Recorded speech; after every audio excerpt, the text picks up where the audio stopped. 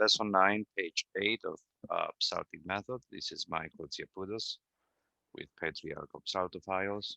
And last time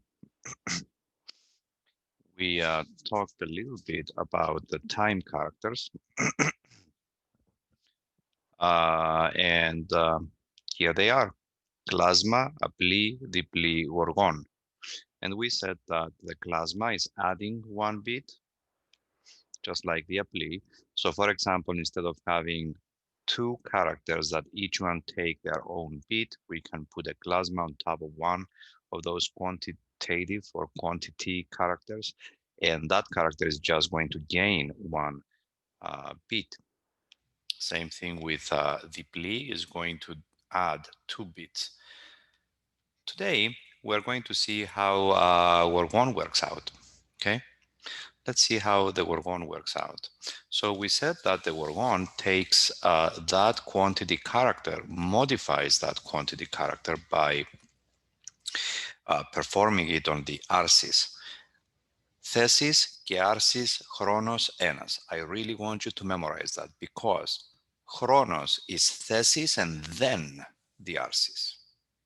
So when you see a Gorgon, that Gorgon is going to go on the arsis, but the whole chronos, the whole bit, is first the thesis and then the arsis. Let's take an example of that and see how the Gorgon works out. Vuga di di ga di ke di ga di ke ga vu. Vuga di ga di ke di ga vuga di ke ga vu. Everything else is the same, except we took that syllable ter that has 2 bits and we gave 1 bit to this apostrophos. So that's your thesis, this first apostrophos. The arsis is the arsis of this thesis. So, so, te, er. Di, ga, vu, ga. Di, ga, vu, ga. So you have the ga thesis, vu arsis, ga thesis. In other words, the Gorgon, unlike the other time characters that we've learned so far, that they are adding bits or adding time or making things slower, the Gorgon makes it faster because it kind of not takes away, but makes that character be pronounced or performed on the arsis. So it makes it sound faster, okay? So Gorgon is kind of the opposite of the klasma in the sense of timing. Vuga di ga di ke di ga vuga di ke ga vu. Vuga di ga di ke di ga vuga di ke ga vu. Vuga di ga di ke di ga vuga di ke ga vu. Tes presevies tis Theotoku soter soson imas.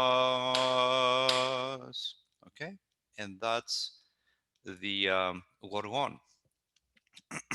Okay. Uh, and the last thing we're going to learn today is one more quantity character.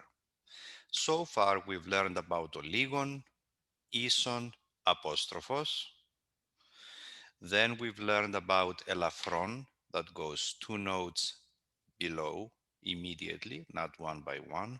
Now we are learning about Kandymata. Kandymata literally means stitches, like when you're stitching something when you're sewing, because it looks like little stitches. And Kandymata goes one note up, just like oligon, just like oligon. Vu ga di di di ga di ke di di ga vu ga di ke di ga vu vu ga di ga di ke di di ga vu ga di ke di ga vu vu ga di ga di ke di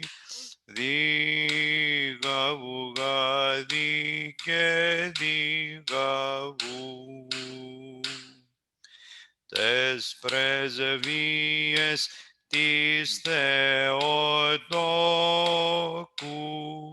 soter soson imas. The question is, why do we have two kinds of symbols that they do the same thing? We have the oligon that goes one note up, and then why do we need to complicate things and have Kandymata? Because Kandymata are performed differently. So that's one reason. They are performed a little bit smoother.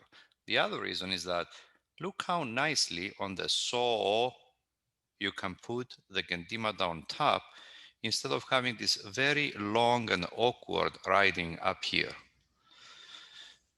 I don't know if you noticed, but at the very beginning that we were starting to learn this melody took more space to write down, and then it became more and more concise.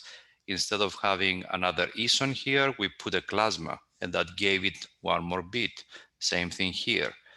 Instead of having two isa here and having three characters, we have one character and we just prolong the time with the vipli that gives it two beats. So from three, we went to one. Instead of having two oliga here that looks longer and takes up more actual page space, we can put the Kandymata on top and we can have this so in a very concise way of writing. So it's not just the pronunciation, it's how it looks like on the page. So today we learned about two very important things, Gorgon and Kandymata. And I want to tell you that we are getting very, very close to actually chanting this piece in exactly the Byzantine music way it has been written for a long time. There are a couple of more things we need to add to this thing to make it exactly the way you're going to see in a classical score, Byzantine music textbook. But we are getting there. We are getting very, very close. Okay, so you should be very proud of yourselves because you are getting pretty close to chanting a piece of music exactly the way this has been chanted and written down for centuries in our ecumenical patriarchate of Constantinople. Thank you for watching, and I will see you next time.